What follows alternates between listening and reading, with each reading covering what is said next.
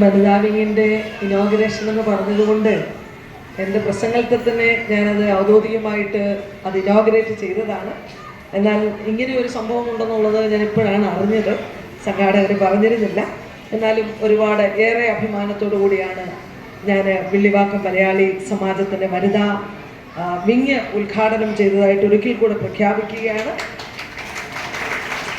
ഞാൻ മുൻപ് പറഞ്ഞതുപോലെ ജീവിതത്തിൽ ഒരിക്കലും എവിടെയും നിങ്ങൾ പകച്ചു നിൽക്കരുത്, മുന്നോട്ട് പോവുക. ഒരാൾ മറ്റൊരാൾക്ക് തുണയായിക്കൊണ്ട് നമ്മളിൽ നിന്ന് ഒരല്പം താഴ്ന്നവരെ ചേർത്ത് പിടിച്ചുകൊണ്ട് അവരുടെ കണ്ണീരൊപ്പിക്കൊണ്ട് അവരെ സ്വന്തം കാലിൽ നിൽക്കാൻ പ്രാപ്തരാക്കിക്കൊണ്ട്, വീണ്ടും ഞാൻ പറയുന്നു, ഒരാൾ മറ്റൊരാൾക്ക് തുണയായിട്ട് നിങ്ങളുടെ പ്രവർത്തനങ്ങൾ മുന്നോട്ട് പോകുവാനായിട്ട് എല്ലാവിധ ഭാവങ്ങളും ആശംസിച്ചുകൊണ്ട് നിർത്തുന്നു.